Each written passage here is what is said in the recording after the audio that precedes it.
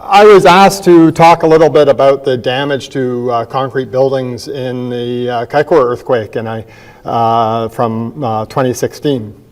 And I noted that I'm in the session on changes to 318. So I don't know whether that means there's some thoughts of there's lessons here for 318, perhaps. But I will specifically talk about some changes that we've made or some provisions that we've developed for the assessment of buildings with precast floors, because this is a very prevalent system used in multi-story buildings in New Zealand. New Zealand, I hope you're mostly aware where New Zealand is in the world, on the bottom of the South Pacific. The Kaikoura earthquake happened middle of the night. It was about just past midnight on the 14th of November 2016. It was quite a large event, and the epicenter was just on the north end, the northeast coast of the South Island, just north of Christchurch. But it ruptured northward, so all of the energy went northward, and most of the energy release on the complex fault system was released toward the northern end. So it was really Wellington that felt the brunt of it. In terms of a developed area, Wellington was the area that felt it much more than Christchurch did. And the fault rupture was extensive, and I won't talk about all of the other impacts along the coastline, but at one point there was a rupture of approximately 35 feet along the movement along the fault. So it was, and there were substantial landslides all along that main route going up the northeast coast. But I want to focus here on Wellington, because that's where the concrete buildings that were impacted were located. And this just shows the various spectra recorded in Wellington relative to the code spectra. The code spectra being the I see what you mean, John. Yeah, it's creeping on its own. Maybe, is there a pointer too? No. So the blue curve that you see is the curve that's shaped like a code spectrum. That is our code spectrum, a 500-year design spectrum. Thank you, Larry. Got it. Got it. Whereas the spectra shown there, the red and the blue, are the recorded spectra. And you'll notice a hump at the 1 to 2 second period range for most of them. But you'll also see that it tapers off a lot over on this side. And that's because the geography of Wellington is quite complicated. And there's actually some deep basins along portion of the city. And so these pink areas here are the basins. And in those areas, we saw significant amplification in the 1 to 2 second period range. It really was a basin effect that was happening in Wellington. I want to emphasize here that the Kaikoura earthquake was not Wellington's earthquake. Wellington's earthquake is going to come from this red dashed line right here. That's the Wellington fault. It goes right through the city. So that is what Wellingtonians are really afraid of. So the initial reports from the earthquake, especially those in apartment buildings, was a very significant shaking. But generally, it was mostly non-structural damage around. There was some isolated structural damage, but that was located immediately. But generally, it was non-structural damage along the streets. But what was really hard to explain to people was the lack of damage to unreinforced masonry buildings. And if you go back to these spectra, you see the very low PGA values, actually. And so that explained the performance of those URMs, but that was actually hard to explain to the public, that the buildings that we'd been telling them were so bad for so long did well. Actually, the building that did the worst was a modern building. From 2006. This is the Statistics House building, 5 stories. It was located right in that the middle of one of those basins, and had a period just below that hump, so it would have moved right into the highest shaking as the earthquake got going. And this building was built, as many buildings in New Zealand, with precast floors, a perimeter moment frame, and the double T precast floors in the corner, one corner of the building on both the first and the second level collapsed. This shows you here the precast floor collapsed down from the second story, and if I can, operating two of these at once on no sleep is quite challenging. So this is the double T here sitting on the desks below. As I said, it was the middle of the night, so fortunately no one was in the office at the time. This is looking back up at the ceiling where that double T came from. That's the topping. So it completely ripped off the topping. But the top of the double T is actually well roughened. So there was essentially complete debonding. And really the main culprit in this was beam elongation leading to overall frame dilation. At the second floor, there was approximately 150 millimeters of total dilation. What's that? 6 inches. That's considerable. And so that needed to be accommodated by the floors. Now, in addition to that, there was spalling that occurred. Now, these were flange-hung double Ts, and the type of detail used commonly in the early 2000s was this loop bar or pigtail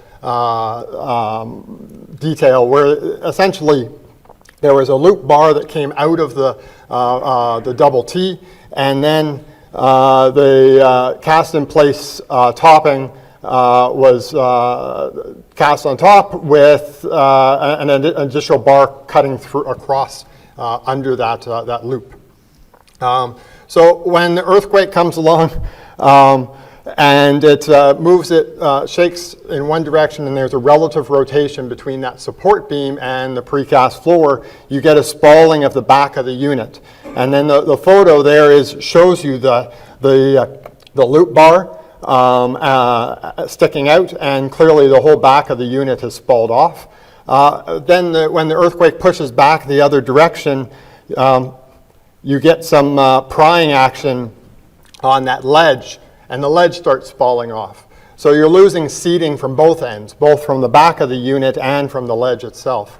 So the reduction in seating along with the beam elongation led to the collapse of these floors.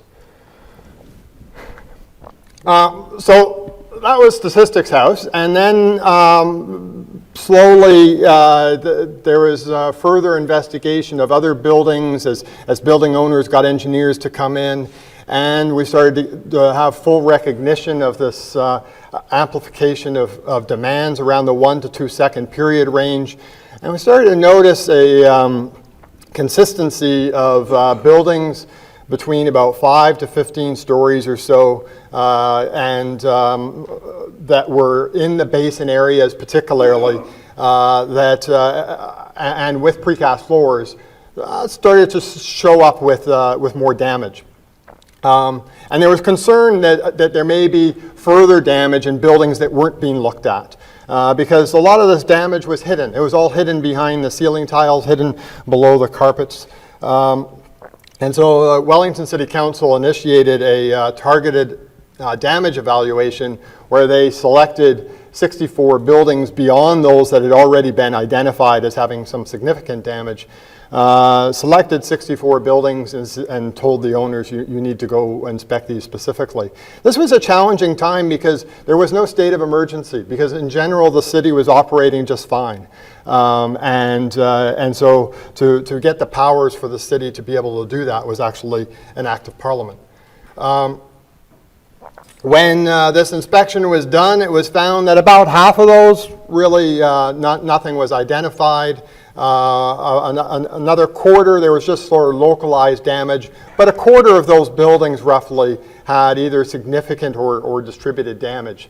So it was a good thing that we went in to look a little more carefully. And what we found was a strong linkage between damage to the lateral system and damage to the floors. So the pie chart on the left there shows the blue pie is the portion of those buildings that had some damage to the lateral system, some plastic hinging. And then of those buildings, the vast majority of those showed some form of damage to the floors. So it was really this interaction between the lateral system experiencing plastic hinging and the floors that was leading to this damage. Now, while it was a double T that took the headlines because of the collapse in the statistics house, by far the most prevalent precast floor system in New Zealand are hollow core floors. So this is just a sketch of how they're typically put up. There's a precast half beam, this blue section here, and then the hollow core comes in and sits on that. Typically pre-2000s, that was just bare concrete or maybe a mortar pad. This ledge that it sat on pre-2000s was generally unreinforced. So you can see some concerns. And then the top of that beam was cast along with the topping of about 2.5 inches with starter bars extending in and continuing with mesh through the diaphragm.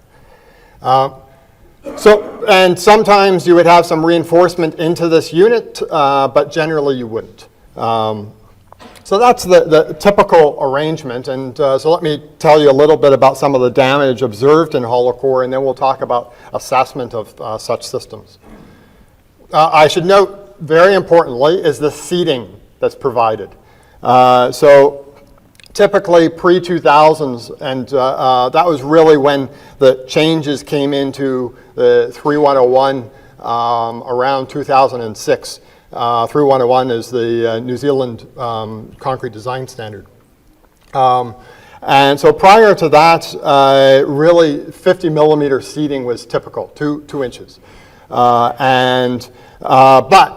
that was what was specified and typically was not achieved. During the construction boom of the 80s, and most of the buildings in Wellington that were impacted, most of the multi-story buildings in Wellington were built in the 80s during this construction boom.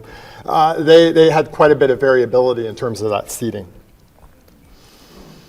So now cracks in hollow core are sometimes hard to see. So I've used a red line to show you some, but others are a little bit more clear, and some even more clear still. This sort of crack here, this is the hollow core unit coming in and sitting on the beam. And this crack close into the unit is perhaps not all that unexpected given that detail I just showed you, because the end of the unit becomes trapped. With the lower pre-stress force during that transfer length of the strand, you can get cracking at this point when you get opening positive moment. But what was surprising was when you saw some cracks further away from the beam. So here's the unit running this way in this case. Here's the beam. In this case, it had actually been retrofitted with a seat angle. But of course, if this crack here were to open up, that seat angle is not doing you any good. So these cracks that developed further away from the support were of serious concern, and still not entirely clear how that is occurring in the buildings during the earthquake. It was quite common to see severe cracking in the corners. This is where you get the most effect of the beam elongation, forcing the corner out and damaging the floor in the process. Of course, damage to hollow core floors is not unique to New Zealand. The collapse of hollow core occurred in the Northridge earthquake, and it was actually the experience of the Northridge earthquake and going there by several New Zealand engineers that led to significant research in New Zealand about hollow core floors and precast floors in general. That led to a research program at the University of Canterbury led by Des Bull, and this particular test here I'd like to just reflect on because it really led to the current understanding of the vulnerability of these buildings in New Zealand.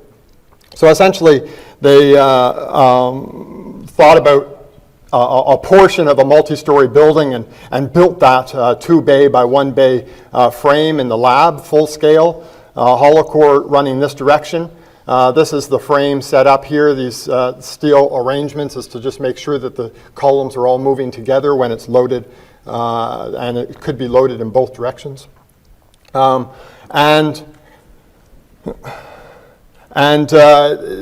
I won't go through the whole thing, the whole experience of the whole test, but I think some video says it best. At about 2.5% drift, they were able to get some cameras up inside the cells of the units and noted web splitting along much of the length of the unit. And then when pushed further, let's see if this works. The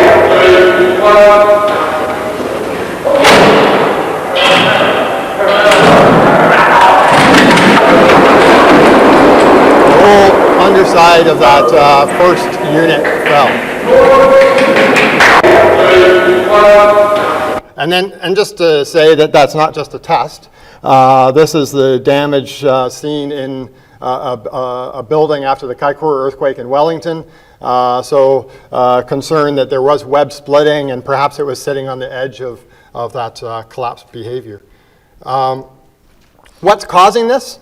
Well, generally it's thought to be, there are several causes of web splitting, but in particular with this first unit next to the main seismic beam, is that the seismic beam wants to bend while the unit does not. And you get these incompatible displacements, and that can cause fracture of your webs, and as you saw, collapse of the underside. That same test was then pushed a little bit further, and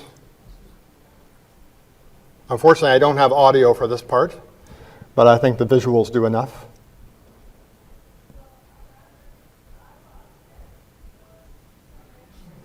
And the whole floor fell out.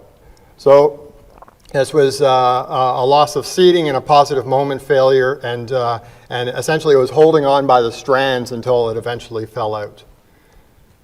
So based on the experience of Kaikoura and reflecting back on that test that was done at University of Canterbury and several other tests done at the University of Canterbury in the early 2000s, there was a strong need to develop some assessment procedures for precast floors.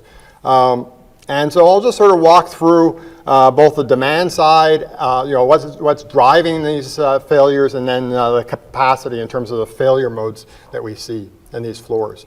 So really, your demands are coming from two components that I've referred to already, the beam elongation, three components. The beam elongation, also rotation of the support beam, and this vertical incompatibility between the beam and the precast floor. I'll focus here now on estimating the elongation and the support beam rotation, and then we'll talk about calculating the capacity of the floor. So the elongation of beams has been known for some time. There was some work done by Fenwick and Meggitt at the University of Auckland, just looking at a simple unidirectional plastic hinge and a reversing plastic hinge. This is just showing the extension of the top and bottom bars of a beam, and it's quite easy to calculate the mid-height elongation on a unidirectional plastic hinge. But what we see is that because of the cracks not closing fully with a reversing plastic hinge, you get considerably larger elongation. That's some constant times what we get for the unidirectional. And New Zealand standard, that constant is taken as 2.6, which sounds awfully precise to me, but it's something on that order. And then we looked at how that compared to data in order to make sure that we weren't being overly conservative when we put this into an assessment procedure. And we found that if we used the plastic rotation for that estimate of rotation, that we got a pretty good match with cyclic data. This is showing the beam elongation versus lateral drift. The gray there is standard cyclic. The red is an earthquake. So a long duration earthquake, it does pretty well, but it's quite conservative for a pulse type earthquake. This is quite important. You get a lot more beam elongation from the numerous cycles that you get out of a long duration earthquake than you do out of a pulse type earthquake. And this really identifies a difference that we saw between what we saw in Wellington and what we saw in Christchurch back in 2011, where it was really just a big pulse. In addition to the elongation, you have to account for the fact that the beam that the floor is sitting on is rotating. And that provides some additional movement on that seat that you need to account for.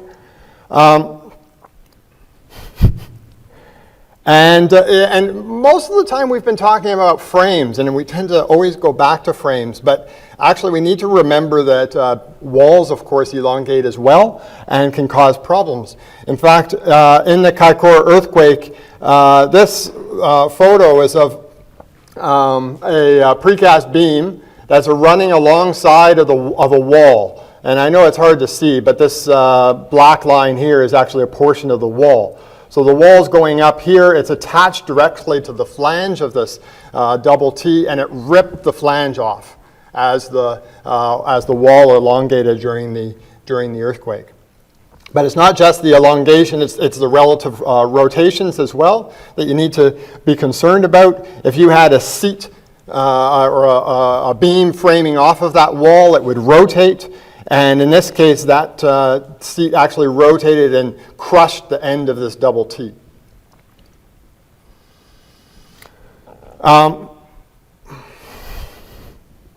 Okay, so that's the demand side, the elongation and the rotation. Now let's talk about the capacity side. And there's really three different failure modes that we're observing in these floors, both from testing as well as from the Kaikoura earthquake.